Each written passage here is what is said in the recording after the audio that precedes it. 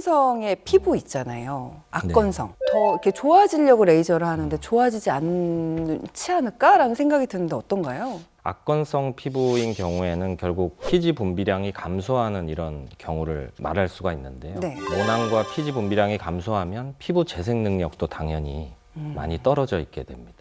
재생이 잘 안 되면 흉터 발생 가능성도 더 큰 게 사실입니다. 그럼 악건성 피부일 때는 흉터 치료는 조금 안 하는 게 좋을까요? 많이 건조하고 피부 장벽이 무너져 있는 경우이기 때문에 피부 장벽을 먼저 강화시킨 다음에 피부가 좋아진 상태에서 치료하는 것이 훨씬 좋겠습니다. 견딜 수 견딜 수 있어요. 있게끔 건강하게 만든 다음에 하는 게 좋겠죠. 네. 가장 궁금했던 치료법 어떻게 하는지 구체적으로 좀 알려주세요. 여러 가지 흉터 개선에 도움이 되는 고주파, 레이저, 주사 치료를 병합해서 치료를 하고 있습니다. 고주파 치료를 통해서 여드름의 발생 원인인 피지선을 파괴하여 여드름이 더 진행되는 것을 막고 탄력 개선과 늘어난 모공도 함께 치료를 해줍니다. 흉터가 심한 경우에는 주사 치료를 통해 피부 재생력을 높여주어 흉터가 있을 때보다는 말끔한 피부가 되도록 치료를 합니다. 치료를 통해서 얼마나 개선이 되는지 되게 네. 궁금해져요. 나이가 50대인데 전체적으로 액티브하게 크게 나는 여드름이 많이 현재도 나고 있으면서도 여드름 흉터가 과거에 많이 생겨서 여드름도 잡아야 되고 흉터도 같이 치료해야 되는 그런 분이셨습니다.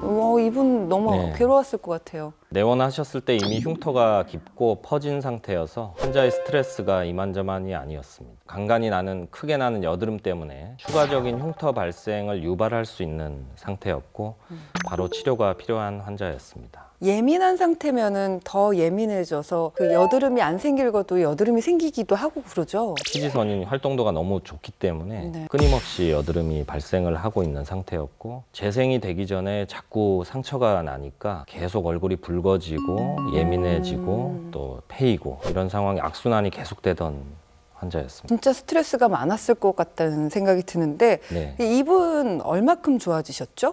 현재는 많이 좋아지셨습니다. 와, 새로 붉은 나는- 것도 없어졌네요. 예, 환자분의 당시 흉터 정도와 피부 상태를 고려해서 여러 가지 병합 치료로 많이 개선된 상태인데요. 네. 고주파, 레이저, 주사 시술을 병행해서 현재까지 한 3회 정도 치료를 받으셨고 이후 더 개선하기 위해서 한 달에 한 번씩 꾸준히 치료를 반복하고 있습니다. 흉터가 더 깊고 또 넓다면 치료가 좀 더 오래 걸릴까요? 예, 물론 흉터가 더 깊고 넓을수록 치료 기간이 더 오래 걸릴 수는 있는데 흉터가 심할수록 피부 치료 전후의 그 변화가 더 크게 보이고 두세 번의 치료만으로도 이 환자처럼 좋아지는 걸 확연하게 환자가 느낄 수 있기 때문에 오히려 적극적으로 치료를 권하고 있습니다. 혹시 연령대가 높으면 좀 치료 기간도 길어질까요? 연령대와 치료 기간은 사실 크게 상관은 없습니다. 하지만 중년 이후의 분들은 노화가 가속화되는 그 과정 중에 있기 때문에 레이저 치료뿐만 아니라 재생을 촉진하는 주사 치료를 병행하시는 게 효과를 많이 볼 수 있게끔 하는 데 도움이 됩니다. 레이저나 고주파 이런 치료를 받고 나면 좀 부작용이 없을까요? 치료 후에 일시적인 자극 증상 때문에 붉어지거나 약간 붓거나 하는 등의 후유증이 올 수는 있지만 정상적인 회복 과정이기 때문에 시간이 지나면 다 회복이 됩니다.